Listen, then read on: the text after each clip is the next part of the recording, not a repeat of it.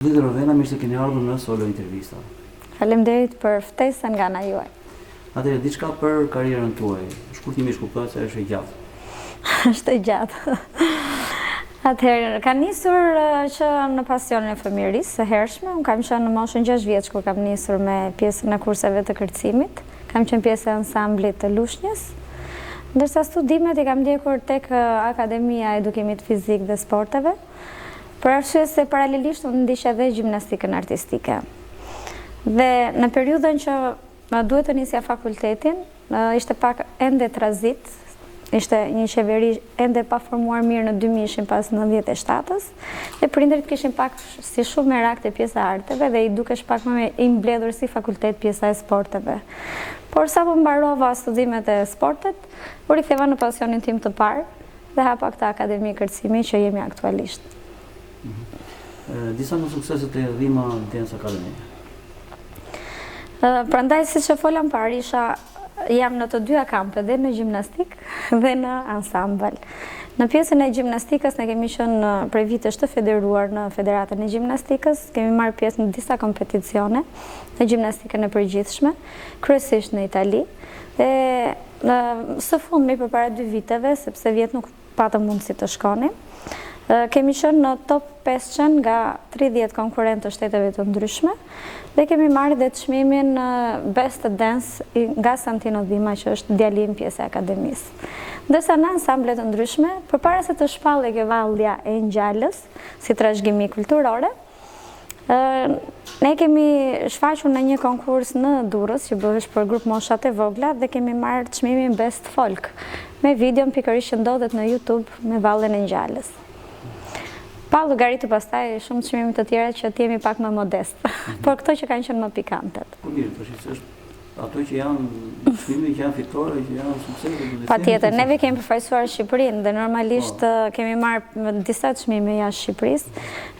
Me pjesën e popullores Best Folk në Itali kemi qenë së fundmi kemi qenë në Salsa Maggiore Termine, dhe atje kemi zënë vendin e parë në folk. Së fundmi kemi qenë në fierë tek konkursi kërcimi dashurisë, kemi marrë 2 çmime, Best Duo, Best Koreografi dhe kërcimtari më i mirë nga çiftet që janë përfaqësuar atje, Jurgen Malko Gjensila dhe normalisht Angel Parangoni dhe Emi Korreshi. Domethënë në total kemi marrë 3 çmime në 14 shkurt, vetëm ne. Po. Suksese për çmimet. Faleminderit.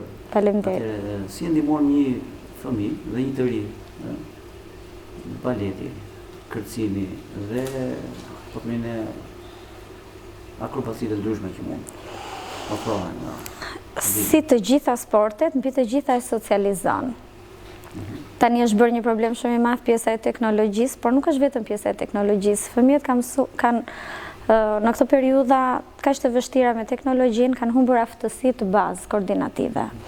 Fëmijët kanë frikë të vrapojnë. Fëmijët mezi socializohen me një shok, nuk ndajnë më lojrat dyshe, lojrat në grup, bëhen më individualist dhe të gjitha pjesa e sportit dhe artit i mëson fëmijët se si ta përshfaqin veten në aktivitete të ndryshme, të stërvisin emocionet dhe normalisht që të bëhen më empatik kundrejt tjetrit, sepse sidomos dhe pjesa e kërcimit, sado që mund të jesh i talentuar vetëm, por në grup normalisht është një kontribut shumë i madh i vetë individit, por edhe fitoria bëhet më e bukur. Dhe jo detyrimisht ta marrin si profesion, por mbi të gjitha, përveç zhvillimit fizik, i ndihmon ata që të kontrollojnë emocionet, të bëhen shumë social dhe të bëhen mbi të gjitha shumë solar. Të jenë bashkëpunues. Gjë që ne po e humbim tek të rinjt këtë pjesë. Po e humbim shumë se shikohet që në vogëli, pavarësisht se prindërit e justifikojnë ka turp, ka siklet, nuk do që ta shohin, por këto janë probleme që krijojnë që në fëmijërinë e hershme të fëmijës, që duhen stërvitur detyrimisht me sportet dhe me pjesën e artit. Qoftë dhe me një vegël muzikore, jo detyrimisht nëpërmjet kërcimit. Kjo e ndihmon fëmijën që të përqendrohet, të rrisi përqendrimin dhe të bëhet më bashkëpunues, të bëhet më i mirë për shoqërinë. Atëherë sa kohë duhet një fëmijë apo një të riu që të merret me aktivitet fizik? Ka qenë një shprehje dikur që ne përdornim në sport që e mira idealja është për ditë. Ndërsa ajo e dëshiruara 3 herë në javë. Por sporti nëse bën qoftë 20 minuta në ditë, apo aktiviteti fizik në gjitha forma, se s'po marr vetëm sportin, qoftë të kërcyerin, qoftë dhe jogën, janë gjitha llojet e praktikimeve të aktiviteteve fizike, qoftë dhe 20 minutë në ditë, largon mbi të gjitha energjitë negative dhe stresin. Të paktën unë kur drejtoj një seancë aerobie, e them që në atë 1 orë, nëpërmjet komandave që unë drejtoj majnë tas djathtë, tas ulemi, ngrihemi, personi nuk e gjen dot kohën truri që të mendoj problemet e ditës apo streset që ai ka kaluar në një ambient pune apo në përplasjet që mund të ketë pas me dikë. Atë 1 orë e shkarkon komplet pjesën e ngarkesës negative duke ndjekur aktivitetin fizik. Dhe boll kjo e bën që truri të bëjë një restart të shëndetshëm. Atëherë juve merreni dhe me moshat të ndryshme, po.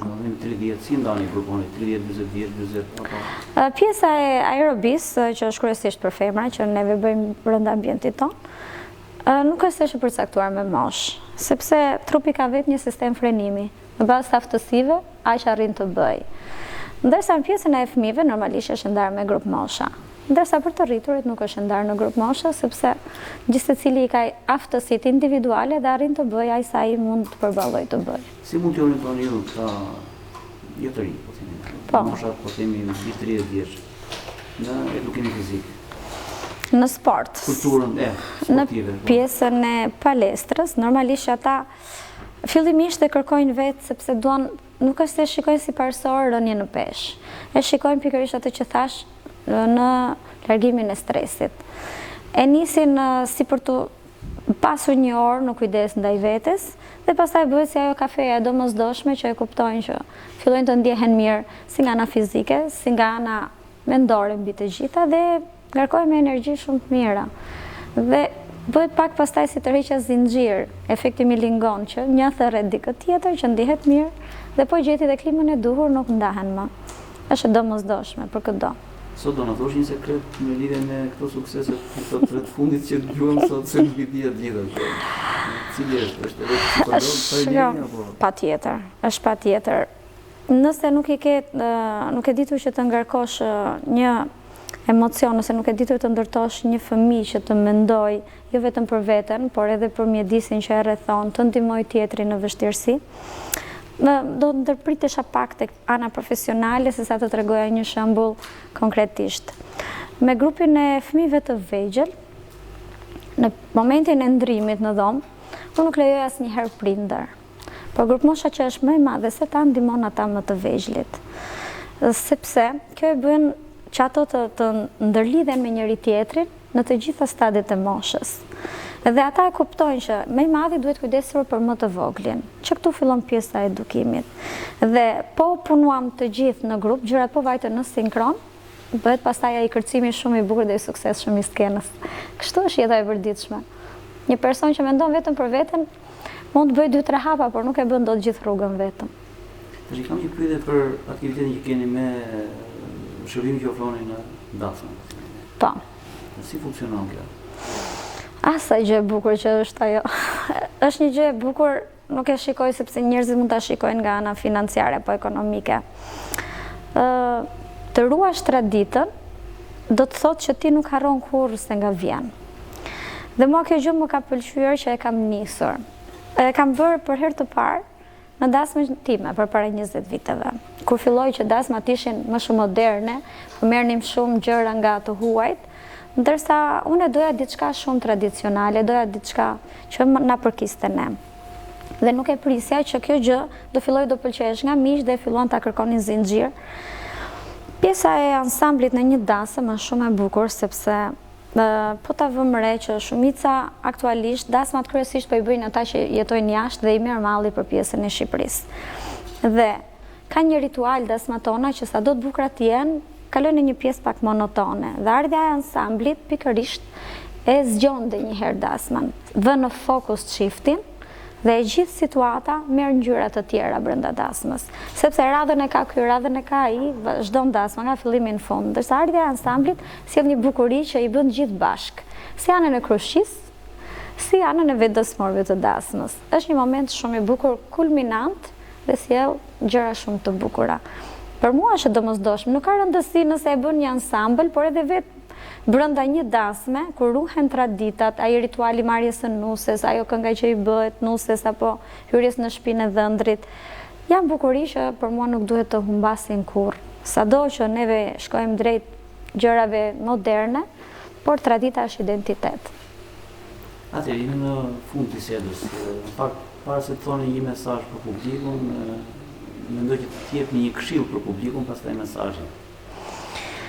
Të duash veten është piknisja e gjithë shkaje, që do të thotë, ta duash veten, duhet të kesh një jetë shumë të shëndetshme, si nga ana e ushqimit, si nga aktiviteti fizik. Dhe nëse fillon dhe ke respekt për veten tënde, duhet ta kuptosh që shëndeti është kryesori. Pastaj, mesazhi është nuk ka rëndësi në çfarë sporti zgjedh që ti të bësh një aktivitet fizik. Mjafton dhe me kufje në vesh, të bësh 20 minuta kërcim e veten tënde në qetësinë tënde, do të thotë që i ke shkarkuar disa energji negative dhe i ke dhënë një karikim pozitiv vetes tënde. Ju falenderoj Rovena, ju uroj sukses atë. Faleminderit shumë për intervistën, sukses edhe ju në podcastet tuaja.